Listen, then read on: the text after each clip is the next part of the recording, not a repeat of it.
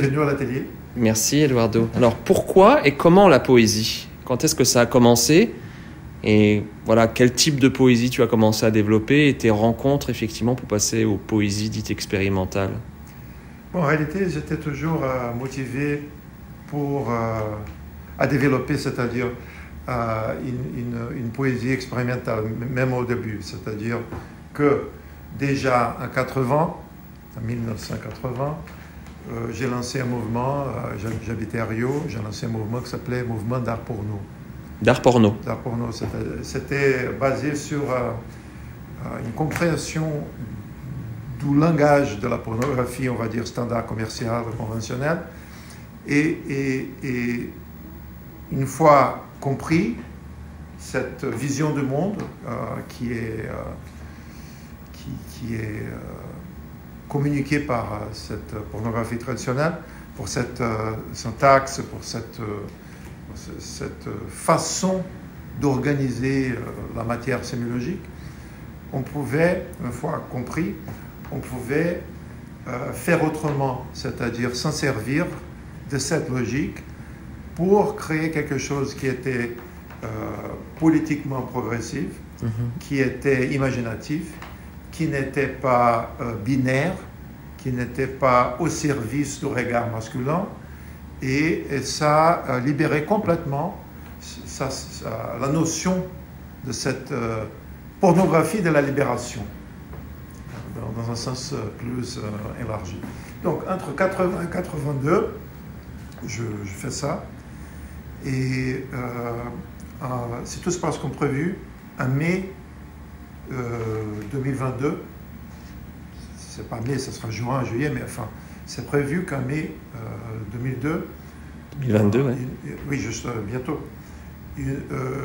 J'ai publié une anthologie, un recueil de tout ce que j'avais fait, pas rigoureusement tout, mais on va dire une anthologie généreuse, une sélection élargie de mon travail dans cette période. Ça va sortir à New York chez Nightboat Books. Donc ça, c'était 80-82. Et déjà à 82... Et tu étais super jeune, c'était... Oui, à 1980, j'avais 17 ans. D'accord. Et tu avais déjà rencontré effectivement le mouvement de la poésie concrète brésilienne, Haroldo. De la littérature brésilienne, mais internationale. J'y lisais beaucoup, depuis un très jeune âge. Et donc, qu'est-ce que j'étais en train de dire? Oui, tu allais publier ce livre effectivement prochainement pour les 40 ans de ce mouvement. mais déjà en 82, j'ai commencé à développer la poésie numérique et à partir de 83 aussi la poésie holographique. Donc j'invente les termes poésie holographique, les termes holopoésie, j'invente en 83 et je réalise en 83 les premiers poèmes holographiques en tant que tel. C'est-à-dire que ce n'est pas une adaptation, ce n'était pas un discours conventionnel, mais c'est vraiment une poésie qui est basée sur les possibilités intrinsèques de l'holographie. Et c'est venu par quoi? Par des rencontres avec des techniciens, avec...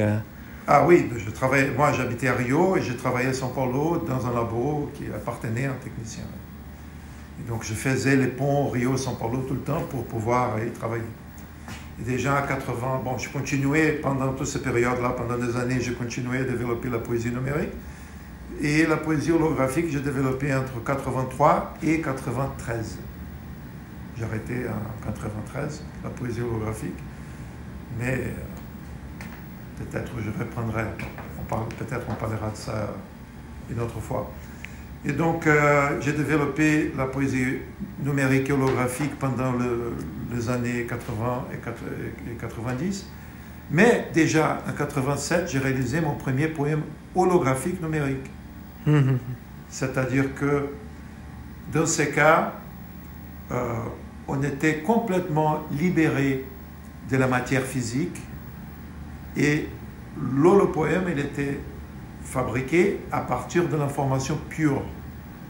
Parce que déjà, quand on aperçoit l'holopoème, c'est déjà l'information pure en forme de lumière. Mais pour y arriver, avec l'holographie, on va dire optique, analogique, classique, on est obligé de passer pour la matière, métal, bois, etc.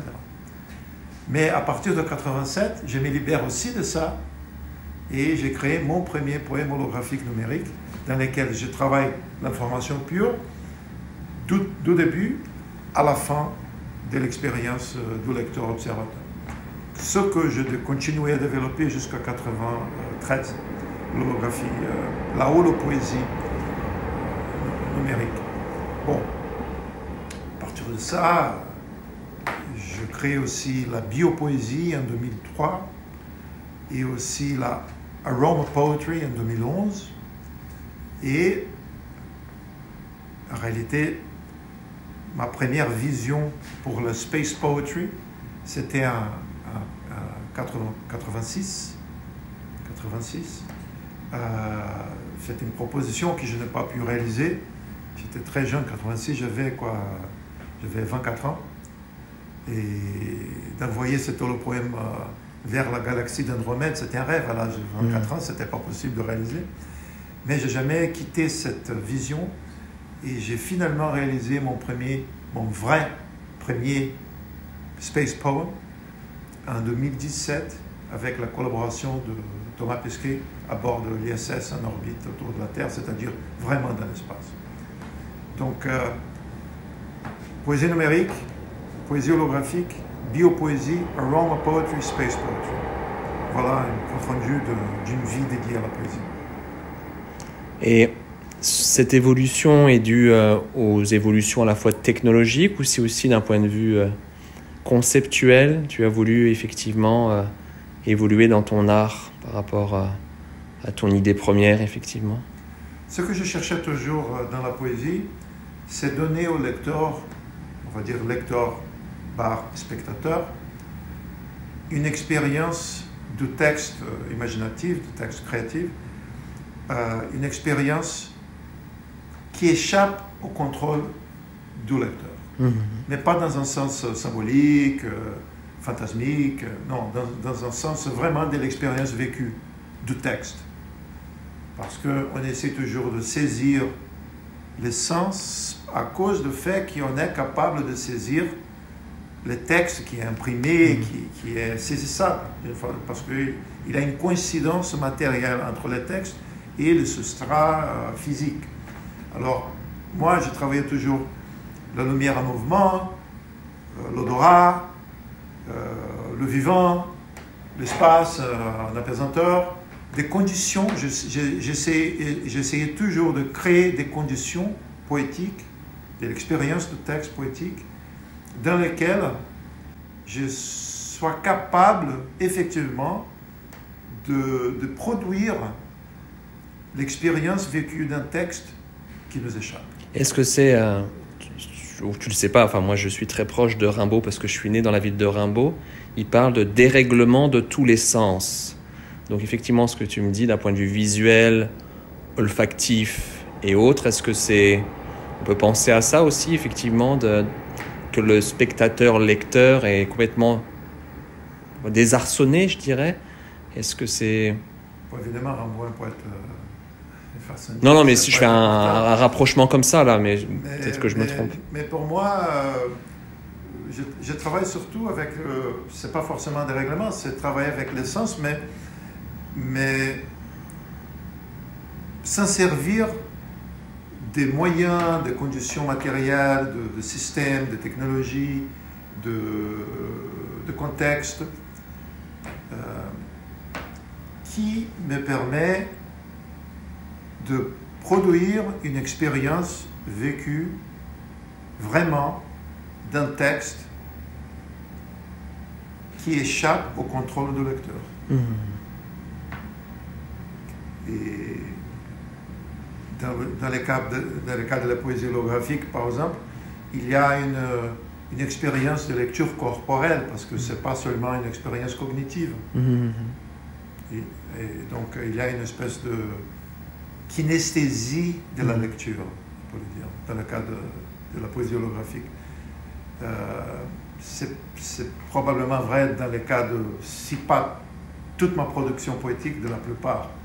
Par exemple, le space poetry, ça demande que le lecteur soit elle-même, lui-même, dans l'espace, en condition d'apesanteur. Ce que se fera aujourd'hui, mon lecteur était Thomas Pesquet. Mais dans l'avenir, il y aura d'autres lecteurs qui seront eux-mêmes en apesanteur. Donc, c'est-à-dire que l'œuvre, elle est insaisissable à cause de conditions de changement constant dans cet environnement, mais le corps de lecteur est aussi dans cette même condition. Donc, c'est là, dans cette situation de manque de contrôle, que je veux que mon lecteur, ma lectrice, puisse apprendre à lire autrement. Et qui sont les figures un peu tutélaires qui t'ont influencé, avec qui tu as pu travailler dans les poésies expérimentales ou dans les autres médiums qui sont aujourd'hui? Je ne peux pas dire que je travaille avec les concepts d'influence. J'ai un appétit omnivore. J'ai lu toute l'histoire de la poésie dans plusieurs langues. Donc, je n'ai pas vraiment une espèce de hiérarchie ou Olympus de la poésie. Je m'intéresse à tous les phénomènes. La poésie ancienne, les romans, enfin, même dans la période médiévale, et évidemment le 19e. Enfin, je m'intéresse au phénomène de la poésie, on va dire, d'une façon globale et internationale. Je n'ai pas élu 2, 3, 4 qui auront influencé. Ce n'est pas le cas. D'accord. J'ai apporté quelques pièces des années 80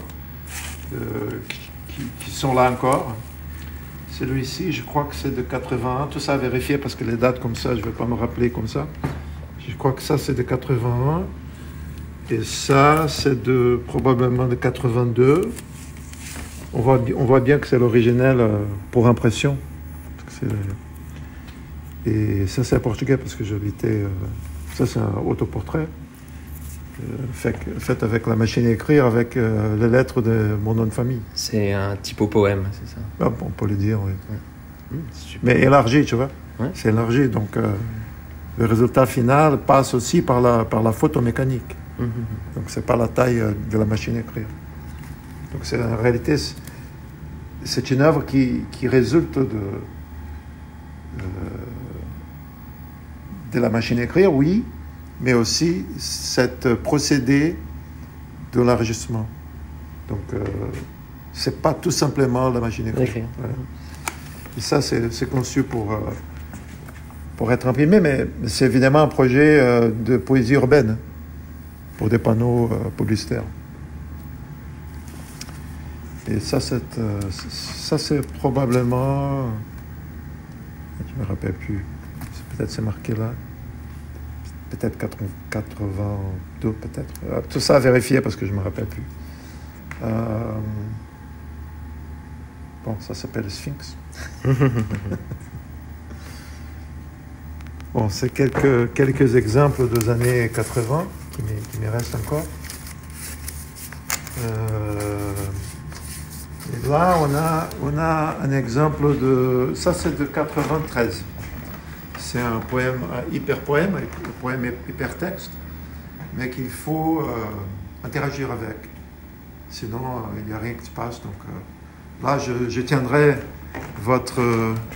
ton téléphone et c'est à toi d'interagir avec les poèmes.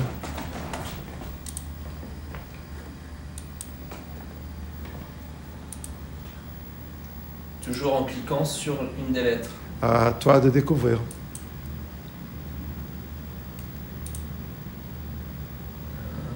Like.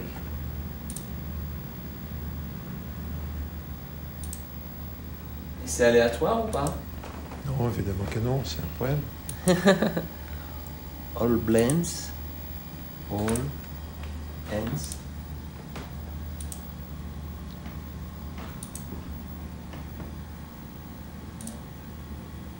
Et ce type de programme, c'est toi qui le programmais? Ouais, d'accord. Ouais.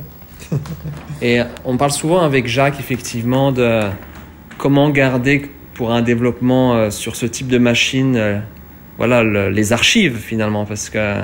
Alors ça, c'est de vintage, non? Oui, c'est ça. C'est précisément la machine de 93, les poèmes de 93, le système de 93, la machine de 93. Mais peut-être dans 10 ans, si la machine ne fonctionne plus, c'est toujours... Il va falloir trouver une autre. C'est ça. Toujours en espérant qu'il y aura une. Non, j'ai fait une vidéo, mais évidemment qu'il y a un intérêt d'avoir la machine, l'interaction comme elle était conçue. Donc ça, c'est un exemple de 93. Alors là, peut-être je peux te montrer quelques autres poèmes.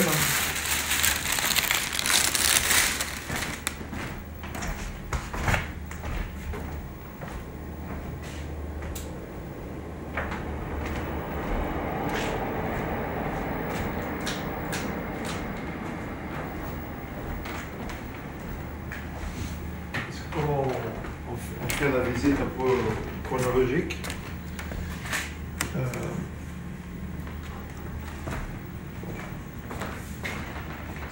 Comme j'ai arrêté en 93, là tu te mets là. Ok.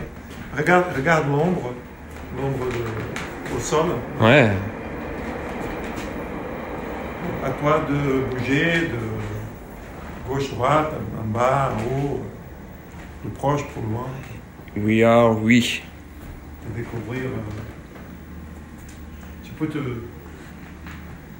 étendre un peu comme ça, voir qu'est-ce que tu découvres. Where are we? Parce que moi, je peux pas voir qu'est-ce que tu vois. Alors en vidéo, c'est vrai qu'on voit pas trop. C'est ce que je pense, mais c'est incroyable. Ouais, c'est...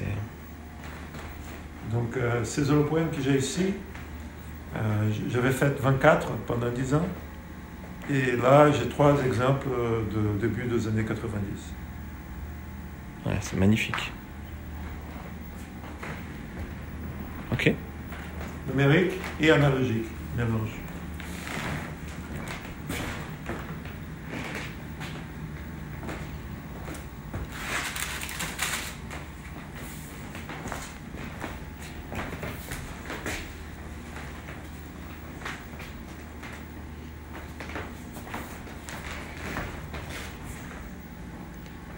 Alors là.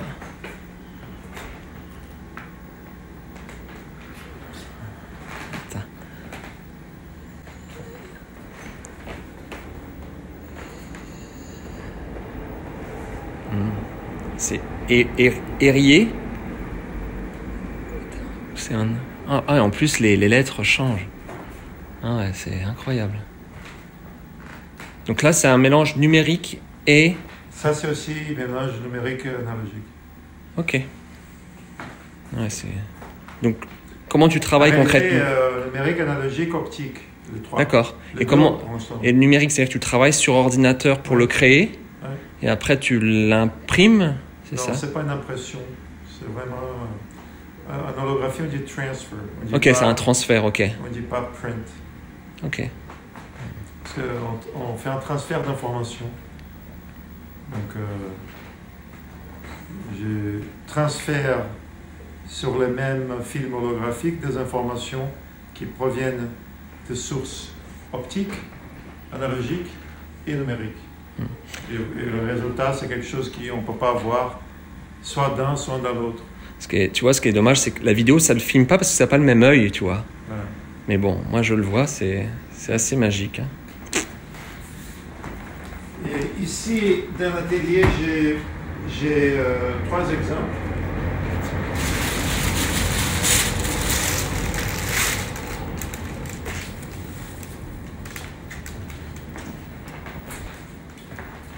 Mais en réalité, il y a 24.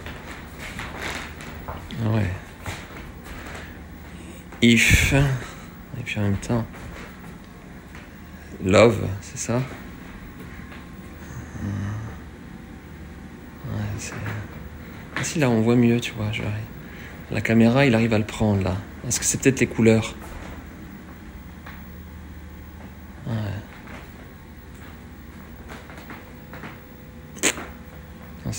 J'avais jamais vu ça, incroyable. Et tu les as exposés dans des musées, dans des galeries, dans... Oui, parce que publier, ça veut dire donner au public. Et donc pour un holopoème, moi j'aimerais bien un jour publier tous mes holopoèmes dans un livre qui serait lui-même holographique.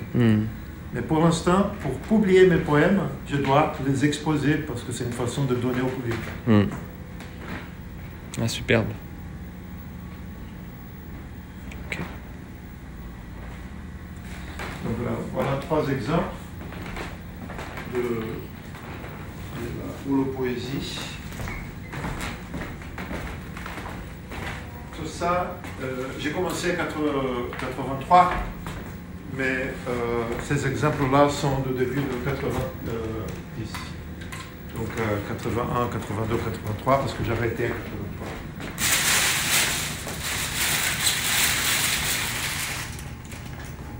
Ça. Et ça. Bon, là on est à 90. Donc, d'un point de vue chronologique, ah non, écoute, cette pièce est de 87. Elle est, c'est pas un poème évidemment, mais c'est une œuvre, on peut dire, d'art télécommunicationnel. C'est-à-dire que ce qu'on voit ici, c'est pas de l'art vidéo. C'était comme tout ça, c'était un temps réel. C'était transmis à travers un vidéophone. Et à l'époque, 87, donc transmis par la ligne téléphonique. Les images étaient envoyées par la ligne téléphonique en 87. C'est une transmission en temps réel. Et donc, ce n'était pas l'art vidéo dans ce sens, c'était plutôt dans l'esprit de l'acte de la communication. Et voilà, je termine la transmission avec ce qu'aujourd'hui on appelle un selfie, mais à l'époque. Donc, ça, c'est moi à l'âge de 25 ans. Et on voit le système que j'ai employé pour faire la transmission. Mais aujourd'hui, pour essayer de capturer un peu l'ensemble de l'expérience, je les présente comme ça. Donc les gens téléphonaient et effectivement l'information était fournie. Transmise par la ligne téléphonique. L'information visuelle. Donc ça c'est de 87, 93 et les holopoèmes début des années 90. Ensuite, on passe, il y a l'œuvre Genesis.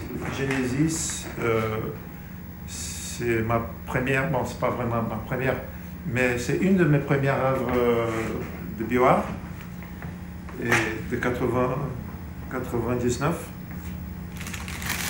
Mais cette œuvre, Transcription Jewels, est de 2000 ans. Donc quelques années après, fait partie de la série de Genesis, sauf que celui-ci est de 2000 ans. Donc, on a 2 éléments. Ça, c'est cette poudre blanche, c'est le gène de Genesis. Donc, j'ai encodé une phrase de la Bible génétiquement. Et elle est là. Donc, c'est le vrai gène Genesis dans ces flacons. Et ça, c'est la protéine. C'est la protéine encodée par le gène Genesis.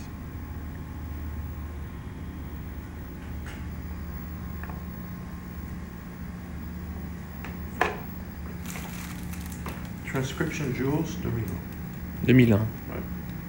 C'est la première œuvre d'art à s'en servir de la matière génétique en tant comme œuvre. Et là, tu as travaillé avec des spécialistes de l'ADN? Je cherche toujours accès, parce que normalement, on n'a pas accès aux outils qu'on a besoin. Donc, je cherche accès pour faire ce que je souhaite faire. Bon, là, 2001, parce qu'on parlait de génésisme, naturellement, il y a quelques œuvres de la série Jeff P. Bunny qui datent de l'année 2000. Donc il y a ça. Donc ça avait un rapport avec l'univers des enfants, parce que ma fille, elle est née à 95. Donc ça, c'était 2000 ans. Et je lisais beaucoup de livres d'enfants. Ouais, on voit l'influence. Et cette photo fait partie d'une série de 7. Et là, on voit la date là, 2000. Donc ça se passe au Brésil, la photo, si je me trompe pas. Enfin, la plage est à Rio. Rio, ouais. Mais le journal de Rio et l'article de Le Monde. Parce que ce journal a acheté auprès de Le Monde le droit de reproduire. Ils ont changé tout, ils ont changé les titres, ils ont coupé. Enfin, c'est une façon aussi de dire que notre conception du journalisme, qui est une fenêtre transparente à la réalité, quand on regarde les 7 photos, et on voit, parce qu'il y a une photo avec Le Monde, et donc tu vois bien la source, et tu vois comment il change tout, il change les sens, change l'ordre, change l'image, manipule l'image, coupe. Et l'article, effectivement, donc en portugais, est complètement différent de l'article en français. C'est différent, et l'image aussi est différente, mais dans ce cas aussi, à cause du fait qu'il y a beaucoup de magenta et rouge sur cette page, à cause de la publicité. Et donc, il y a beaucoup de rouge aussi sur la photo, parce que c'est une mauvaise impression. Et donc, ce que le public voit ne correspond pas du tout à la réalité. Tu vois, l'article déjà ne correspond pas à la source, qui a déjà beaucoup manipulé, parce qu'ils ont mis un fond noir sur l'image. Donc, déjà, la source, il y a beaucoup de manipulation. Ensuite, il y a les autres qui republient, qui remanipulent, qui achètent, qui changent intentionnellement ou par hasard. Enfin, c'est des matières plastiques, c'est comme si les journalistes étaient des artistes, parce que c'est la plasticité de l'information. Et moi, en tant qu'artiste qui s'intéresse, et poète aussi qui s'intéresse au phénomène de la communication, je trouve ça très passionnant, et quand on voit les 7 photos ensemble, ça devient très évident. Bon, donc là, on est au début du 21e. Donc ça, c'est la suite, effectivement, de... Tu avais fait une résidence, c'est ça, en France? Ben non, j'ai vécu à Paris entre 2006 et 2007. Je travaille à Paris souvent. Et donc là, à partir de cette série Rabbit Remix, j'ai commencé à développer une espèce de langage lapinoforme, on peut dire, et que j'appelle lagoglyphe. Donc c'est un exemple de lagoglyphe en porcelaine. Toujours à partir de mes dessins en encre de Chine. Tout ça, on voit bien le mouvement de la ligne. Le lagoglyphe, l'unité de lagoglyphe, c'est toujours vert et noir. Toujours vert et noir. Oui, contre un fond soit vide ou blanc. Il y a ici 2 exemples d'art spatial aussi, parce que j'ai envoyé les contenus de ces messages lagoglyphiques. Je m'ai servi d'une entreprise au Cape Canaveral pour envoyer ces messages lagoglyphiques vers la constellation Lepus. C'est on va dire la constellation du lapin. Lapinoforme. Et donc, derrière les disques, tous les coordonnées de la transmission sont gravées. Donc, les disques, c'est une série de 5, il me reste 2. Donc c'est pour ça qu'il y a 2 homios. Mais non, ils sont différents, chacun. Les 5 sont différents, mais sont des messages lagoglyphiques envoyés vers l'espace. Mais tu as inventé une nouvelle langue, c'est ça? Pas nécessairement. Je cherchais toujours à créer, pas une langue, mais un système. Ok. Et je ne voulais pas inventer des langues, parce que ça oui, on a déjà fait ça une fois dans l'histoire. Donc je savais qu'il y avait quelque chose à faire, mais je ne savais pas quelle serait ma contribution à cet univers. Et finalement, j'ai trouvé avec les lagoglyphes, Parce que les logoglyphes, ils fonctionnent d'une façon qui est l'inverse de notre expérience conventionnelle de langage, par exemple. À l'école, on apprend les lettres, un système basique, 26 signes. On va faire la permutation de ces signes qui nous sont imposés. On ne change pas, on va dire à la professeure qu'on va ajouter une lettre. Ce n'est pas permis.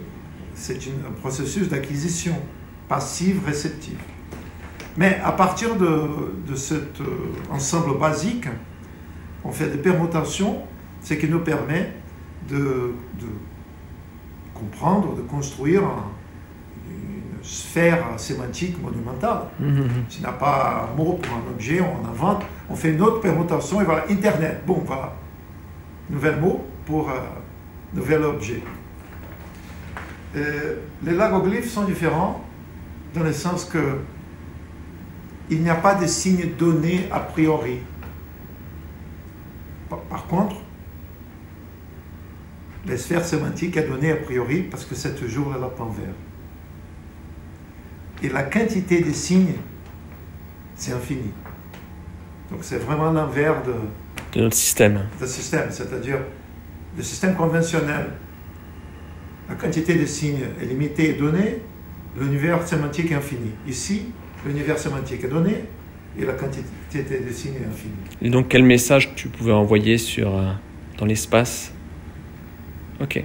Mais on ne pourrait pas le traduire dans nos lettres. C'est ça. Précisément. Et c'est ça m'intéresse.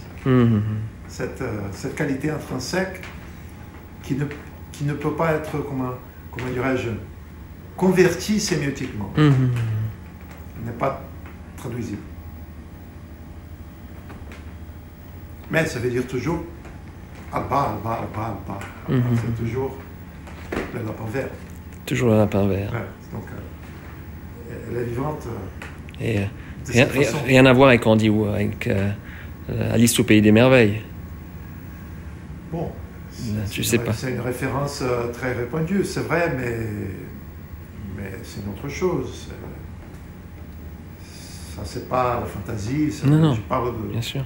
Je parle de rapport avec le mot et l'image, je parle d'une vraie création d'un être vivant qui n'existait pas avant. Donc là, on est dans un autre registre complètement différent. Mais ça, c'est de 2006-2007, je crois. 2006-2007. Et ce qui nous approche 2014, nous avons les Osmobox, qui sont des œuvres olfactives. Okay. Donc, mets-toi là, tu vas pouvoir voir. Avec ces œuvres-là, non, ici, tu mets-toi là et voilà. Ok, pardon. Je vais te montrer comment ça marche. Donc, les œuvres sont là, il y a 8, elles sont toutes différentes. Et on s'approche.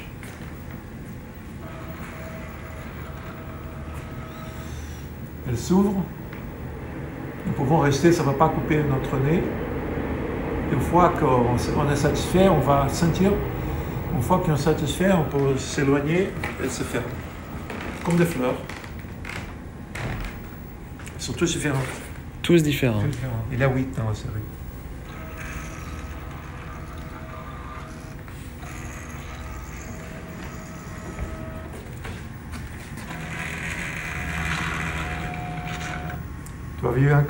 Tu vois bien que je peux rester là combien de temps je veux, ça ne va pas couper mon nez. Et quel type d'odeur as-tu mis dedans? J'ai créé. Des odeurs. L'œuvre n'est pas la boîte, l'œuvre c'est l'odeur. Bien sûr, mais les odeurs sont de création. Tu as travaillé avec des nez, comme on dit. J'ai fait moi-même. Tu as fait toi-même. Ouais. C'est gravé à l'intérieur la formule, donc le collectionneur sera la seule personne, ou le musée sera le seul à voir. Quelle est la formule? Oui, parce que l'intérêt c'est que ça puisse puisse rester dans le temps. C'est ça mon intérêt. La plupart des œuvres olfactives ne resteront pas. Mais là, combien la formule? À cause de la formule, on va pouvoir avoir l'expérience de cette œuvre à l'infini. Donc ça c'est un exemple. Il y a d'autres. Ah bon, et ici, plus récemment, nous avons quelques œuvres de la série Télescope intérieur. Les broderies font partie de la série aussi. Et ça, c'est un livre d'artiste que j'avais fait avec Marisol Parent. Ah, avec Marisol. Ouais. Et là, on voit l'œuvre à l'intérieur. Donc on voit bien qu'elle est signée, numérotée. C'est l'œuvre que Thomas a fabriquée à l'intérieur de l'ISS selon mon protocole.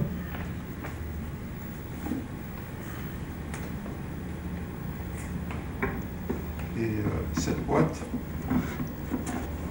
elle permet de voir le contenu sans le besoin de l'ouvrir.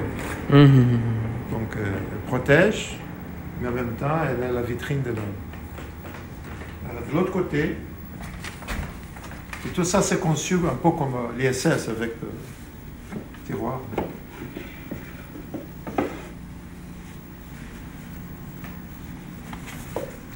De ce côté-là. Donc ça, c'est l'autre côté. De ce côté, okay. Ouais, de l'autre côté de la même boîte. Il y a un livre.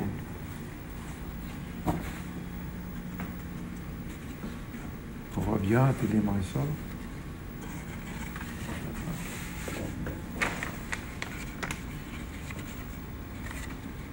Donc, 2014. Espèce de journal de développement de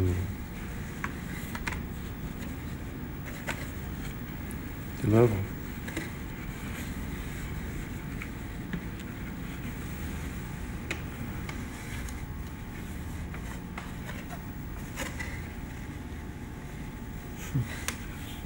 Donc mon texte, il a la forme d'un journal qui suit les années, tu vois.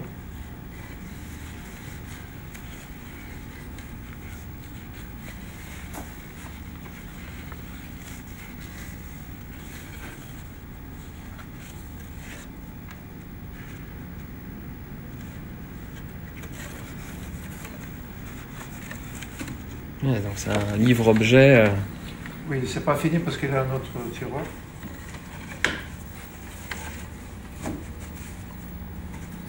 Édition de 15 exemplaires.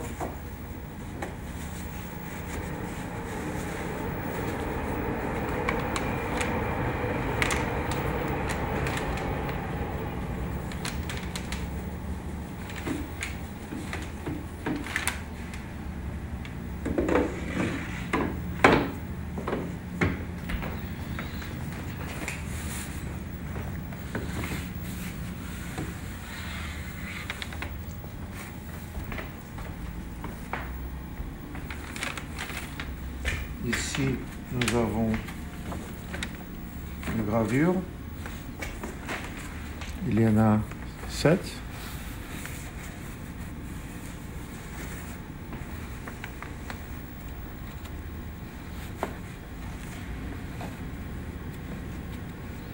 Là, je te montre quelques-unes. Il y en a 7 gravures.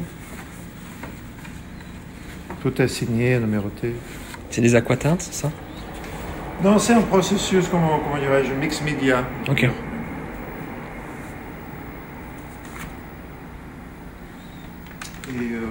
il y a aussi l'Apollo Space Poetry et la vision de Thomas et la mienne.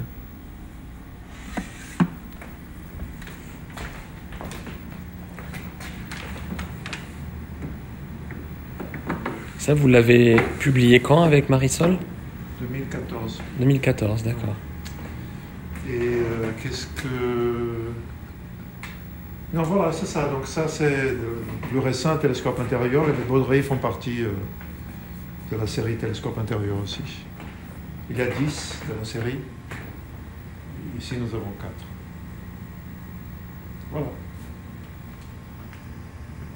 Ah, une autre chose. La dernière chose. Heureusement, je n'ai pas oublié.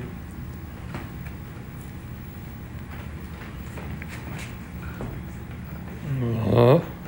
Wow. En orbite sur l'ISS maintenant.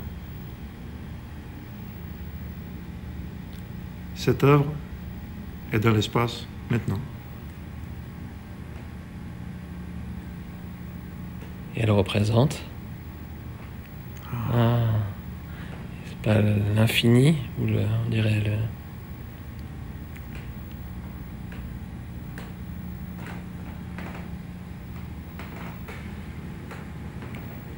Ad sum, c'est le titre. Latin.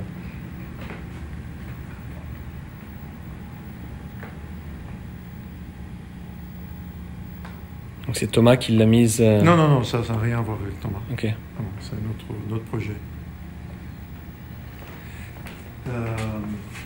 Pour que tu puisses voir d'une façon plus claire le contenu du cube,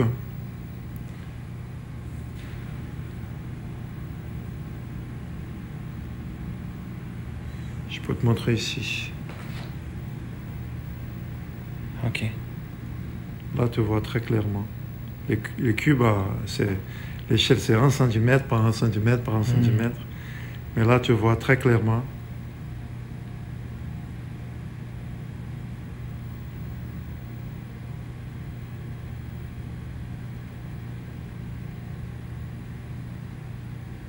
Et ces signes, alors, représentent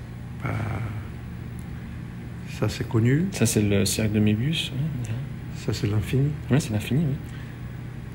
Ça représente le temps à l'échelle humaine. Ici, c'est la Terre et la Lune.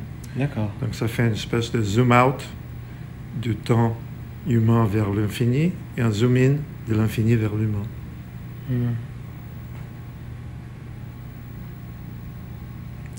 Elle est dans l'espace maintenant et elle parle de temps.